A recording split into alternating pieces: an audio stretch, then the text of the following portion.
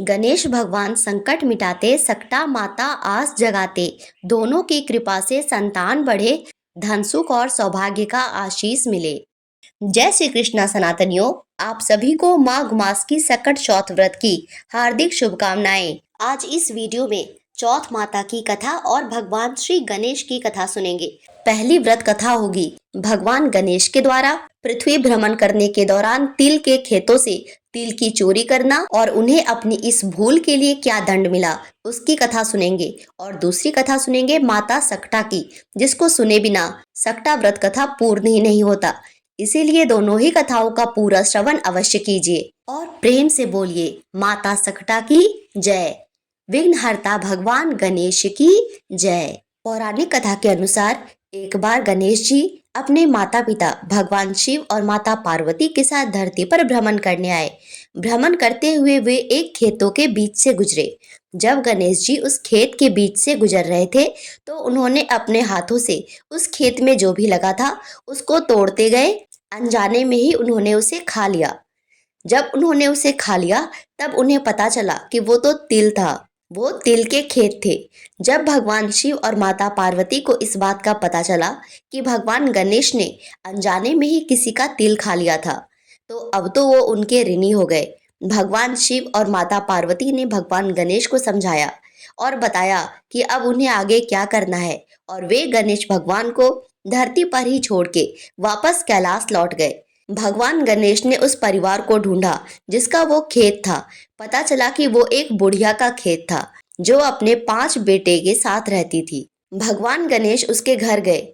वह बुढ़िया अत्यंत ही गरीब थी, जिसके पास एक छोटी सी झोपड़ी थी और खाने के लिए जो भी भिक्षा में मिलता था उससे वह थोड़ा सा खाना खाती और थोड़ा सा खेती करती, जिसको बेचकर उसके परिवार का गुजर बसर होता था। माघ का महीना था, इसीलिए उसने अपने खेतों में तिल लगा के रखा था। भगवान गणेश ने भी एक छोटे बच्चे का रूप धारण किया और वे उस बुढ़िया के घर पहुंच गए। वहां पहुंच के आवाज लगाई, माँ क्या यहाँ कोई रहता है? मुझे भूख लगी है। बुढ़िया ने बाहर निकलकर देखा तो बाहर उसके बेटे के जैसा ही एक और लड़का खड़ा था। बुढ़िया ने बोला, मेरे पास खाने के लिए हाँ कुछ तो होगा ही। ऐसा कहकर वह देखने चली गई और उसे जो कुछ भी मिला उसने लाके गणेश भगवान को दिया और बोला, मेरे पास तो बस यही है, इतना ही खा लो। गणेश भगवान ने खाया और बोला, माँ क्या मैं भी आपके साथ यहाँ रह सकता हूँ? मेरे पास रहने के लिए कोई जगह नहीं है, फिर मैं कहाँ जाऊँ? मुझे तो यहाँ का रास्ता भी मालूम नहीं है। बुढ़िया ने सोचा, इतने छोटे से जगह में मैं अपने 5 बेटे के साथ रहती हूँ, उनको ही मैं क्या खिलाऊं?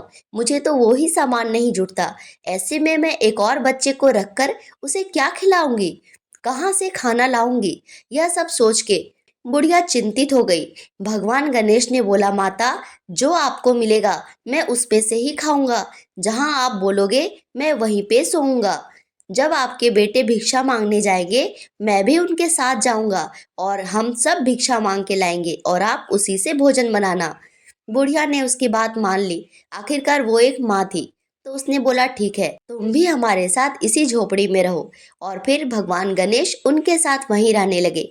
भगवान गणेश तो अपने तिल का ऋण चुकाने आए थे, इसीलिए वे भी 5 भाइयों के साथ भिक्षा मांगने जाते और भिक्षा मांग के जब घर लाते तो बुढ़िया उन्हें भिक्षा से मिले सामान से भोजन बनाती थी। धीरे धीरे समय बीतता गया और भगवान गणेश की ऋण की अवधि पूरी हो गई और फिर वो आखिरी दिन आया जिसके बाद भगवान गणेश को कैलाश लौट जाना था।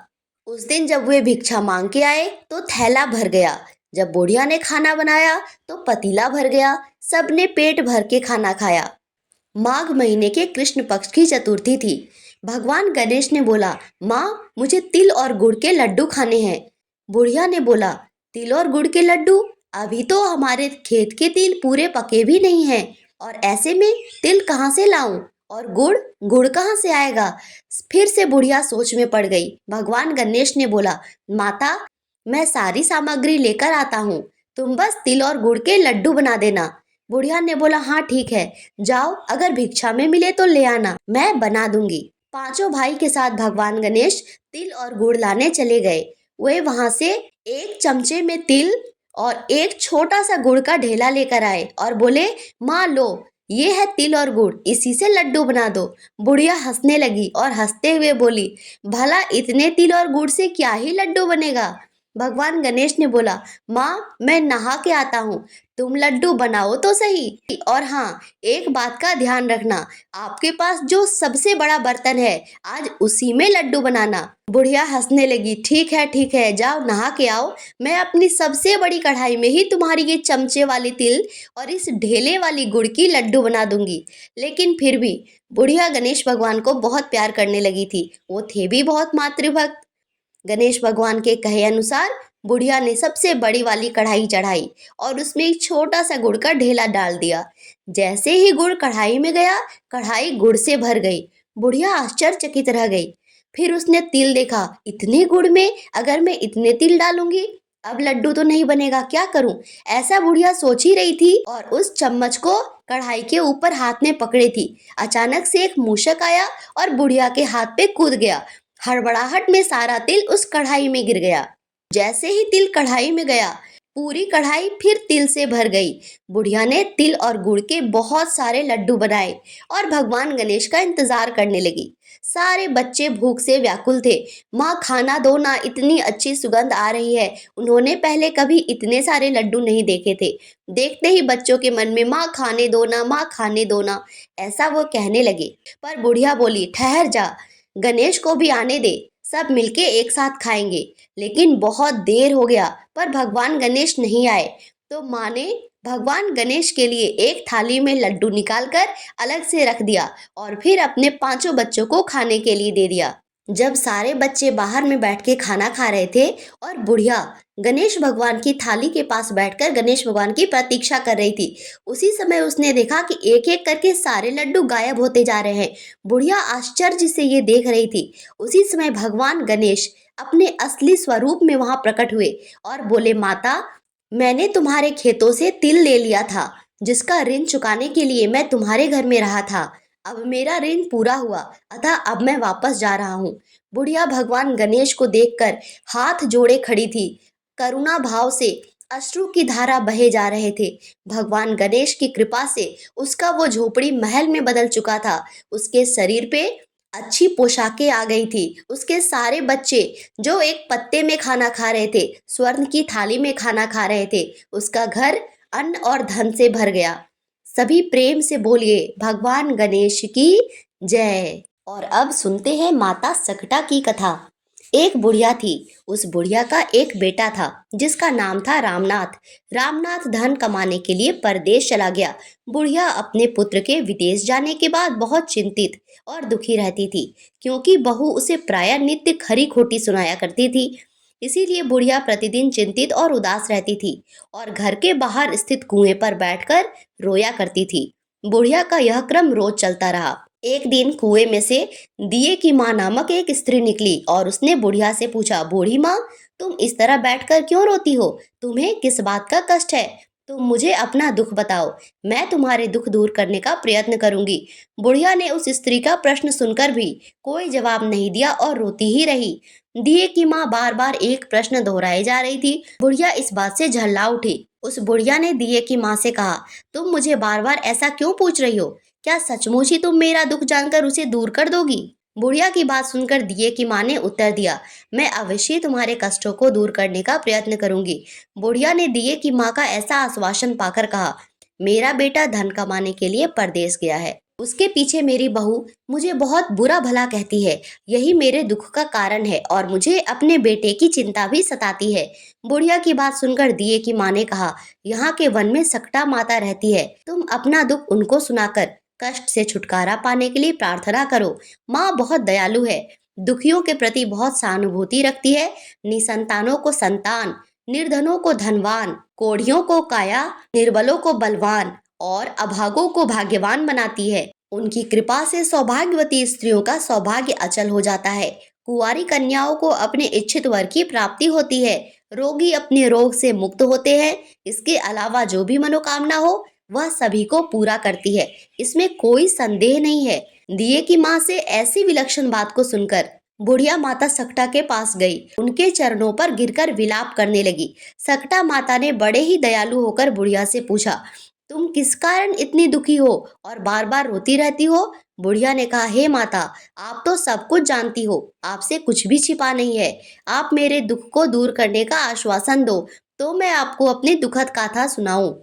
बुढ़िया की बात सुनकर सकटा माता ने कहा, मुझे पहला अपना दुख बताओ, दुखियों का दुख दूर करना ही मेरा काम है। सकटा माता के ऐसा कहने पर बुढ़िया ने कहा, हे माता, मेरा लड़का परदेश चला गया है। उसके घर में ना रहने से मेरी बहू मुझे बहुत बुरा भला कहती है।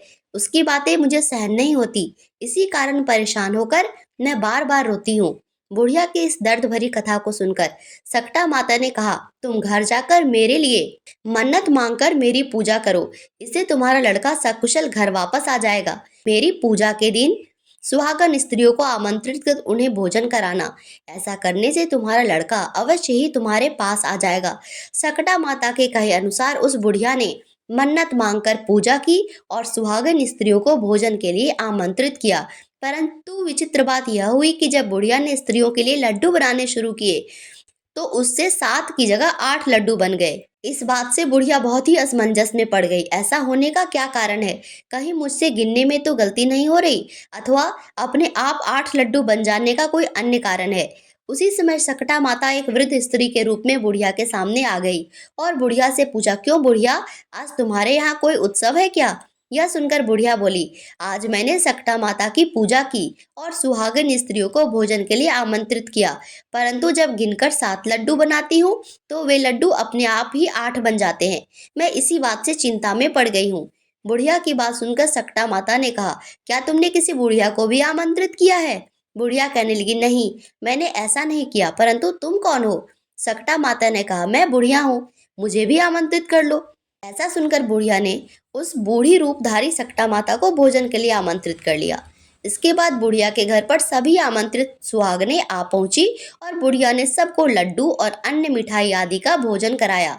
इससे सकड़ा माता उस बुढ़िया पर अति प्रसन्न हुई और माता की कृपा से उस बुढ़िया के बेटे के मन में अपनी माता और पत्नी से मिलने की इच्छा उत्पन्न हुई और वह अपने घर के लिए चल दिया। कुछ दिन बीतने के बाद वह बुढ़िया सकटा माता की पूजा कर रही थी और सुहागनों को भोजन करा रही थी कि किसी ने उसके लड़के की आने की सूचना दी। लेकिन बुढ़िया अपने कामों में लगी रही और उसने कहा, लड़के को बैठने दो, मैं सुहागिनों को जिमाकर अभी आती हूँ। लड़के की बहू ने पति के आने का समाचार सुना, उसी क्षण पति के स्वागत के लिए तुरंत चल दी। लड़के ने अपनी पत्नी को देखकर मन में सोचा, मेरी स्त्री मेरे प्रति कितना प्रेम रखती है। वो खबर पाते ही मुझसे मिलने आ गई, परंतु मेरी माँ को मुझ पर जरा भी प्रेम नहीं। मेरे आने की खबर पाकर भी मेरी माँ मुझसे मिलने नहीं आई। जब पूजा का काम समाप्त हो गया, सभी सुहागिनें भोजन करके अपने घर चली गई। बुढ़िया अपने बेटे से मिलने के लिए उसके पास पहुंची। माँ के आने पर लड़के ने पूछा, माँ अब तक कहाँ थी? माँ ने कहा, बेटा, मैंने तुम्हारी कुशलता के लिए सकटा माता से मन्नत मांगी थी, उसी को पूरा करने के लिए सुहागिनें जिमा रही थी। सकटा माता की कृपा से उसका मन अपनी पत्नी से हट गया और उसने माँ से कहा, माँ, या तो मैं यहाँ रहूंगा या यह रहेगी। बुढ़िया ने कहा, बेटा, तुम्हें मैंने बड़ी कठिन तपस्या से पाया है, इसीलिए मैं तुम्हें नहीं छोड़ सकती। इसीलिए चाहे बहू का त्याग भी करना पड़े, मैं कर सकती हूँ। अब लड़के ने अपनी स्त्री को घर से निकाल दिया। घर से निकलकर बाहर आई तो बहुत दुखी मन से एक पीपल के पेड़ के नीचे बैठकर रोने लगी। एक राजा उधर से जा रहा था, उसे रोता देखकर पूछा, क्यों रो रही हो? तब उसने अपनी सारी कथा राजा को सुनाई। राजा ने कहा, तुम मत रो, आज से तुम मेरी धर्म बहन हो, इसीलिए मत रो। मैं तुम्हारे सभी कष्टों को दूर करने का प्रयास करूंगा। यह कहकर राजा उस स्त्री को अपने महल में लेकर आ गया। महल आके राजा ने रानी को सारी कथा सुनाई और रानी को कहा, देखो, आज से यह मेरी धर्म बहन है, इसी महल में रहेगी, इसको किसी भी प्रकार का कष्ट नहीं होना चाहिए। राजा के यहाँ पहुंचकर कुछ दिन के बाद धर्म से प्रेरित होकर रामनाथ की स्त्री ने भी सकटा माता का व्रत आरंभ किया और सकटा माता के निमित्त सुहागिनों को भोजन कराने के लिए आमंत्रित किया। उसमें रानी को भी आमंत्रित किया। जब सभी सुहागिनें लड्डू खाने लगी तब रानी ने कहा, मुझे तो रबड़ी, मलाई और स्वादिष्ट मिष्ठान ही हजम होते हैं, यह पत्थर समान लड्डू कैसे खाऊं? ऐसी अवहेलनापूर्ण बातें सुनकर रानी ने लड्डू खाने से मना कर दिया। कुछ समय बाद सकटा माता की कृपा से रामनाथ अपनी पत्नी को खोजते हुए राजा के महल में आया। वहां आकर अपनी पत्नी को सकटा माता की पूजा करते देखा तो सकटा माता को हाथ जोड़ के प्रणाम किया और अपनी पत्नी से कहा, प्रिय, मेरे अपराध को क्षमा करो। पत्नी ने कहा, नाथ, यह सब प्रारब्ध से ही होता है, इसमें आपका कोई दोष नहीं है। आप मेरे ईश्वर स्वरूप हो, मैंने ही अपराध किया था, मुझे क्षमा करो। यह कहकर दोनों ने विधि पूर्वक सकटा माता की व्रत कथा सुनी, पूजा संपन्न की और सुहागिनों को जिमाकर दोनों पति पत्नी अपने घर की ओर प्रस्थान की। जाते समय रामनाथ की स्त्री ने राजा रानी से कहा, जब मुझ पर दुख पड़ा तो आप लोगों ने धर्म बहन बनाकर मुझे आश्रय दिया। यदि आपको किसी भी तरह की सहायता की आवश्यकता हो तो मेरी कुटिया में निसंकोच चले आना। ऐसा कहकर दोनों पति पत्नी अपने घर चले गए। सकटा माता के प्रसाद का निरादर करने के कारण रानी पर भारी संकट आ गया। रामनाथ की बहू के जाते ही उनका राजपाट नष्ट हो गया। ऐसी विपत्ति में पड़कर रानी ने राजा से कहा, ना मालूम यह तुम्हारी कैसी धर्म बहन थी जो यहाँ से जाते ही सब कुछ नष्ट हो गया। रानी ने राजा से कहा, जाते समय वह कह गई थी, जब मेरे पर कष्ट पड़ा तब तुमने मदद किया और कदाचित तुम्हारे ऊपर कोई कष्ट पड़े तो तुम मेरे घर आना। इसीलिए हम लोगों को उसके यहाँ ही चलना चाहिए। ऐसा विचार कर राजा रानी दोनों ही अपनी धर्म बहन के घर आए। वहां जाके रानी ने कहा, बहन तुम्हारे जाते ही ऐसा क्या हो गया कि हमारी सारी संपत्ति नष्ट हो गई? हम लोग बहुत परेशानी में पड़ गए। रानी की बात सुनकर रामनाथ की स्त्री ने कहा, बहन मैं तो कुछ नहीं जानती, मेरी तो सब करता धरता माता सकटा है, इसके अतिरिक्त कोई दूसरा नहीं। इसीलिए मेरी राय में तुम सकटा माता से अपनी भूलों के लिए क्षमा याचना करो। उनकी मान मनौती से तुम्हारा काम बनेगा, तुम्हारे सारे बिगड़े काम पूरे हो जाएंगे। रामनाथ की स्त्री के बात सुनकर रानी ने श्रद्धा भक्ति से माता सकटा का व्रत किया और सुहागिनों को जिमाकर अनजाने में हुई अपनी भूलों के लिए माता सकटा से बार बार क्षमा मांगी। रानी के ऐसा करते ही सकटा माता प्रसन्न हो गई और रात में रानी को स्वप्न में कहा कि तुम दोनों पति पत्नी अपने महल चले जाओ, वहां जाके मेरी पूजा करना और मेरे निमित्त सुहागिनों को जिमाना। ऐसा करने से तुम्हारा गया हुआ राजपाट तुम्हें दोबारा मिल जाएगा। सुबह होते ही रानी ने अपने स्वप्न की बात राजा को बताई और रानी की बात सुनते ही राजा उसी क्षण रानी को साथ लेके अपने महल की ओर चल दिया। महल में आने के बाद राजा रानी ने सकटा माता के कहे अनुसार पूर्ण भक्ति भाव से माता सकटा की पूजा की और सुहागिनों को भोजन कराया।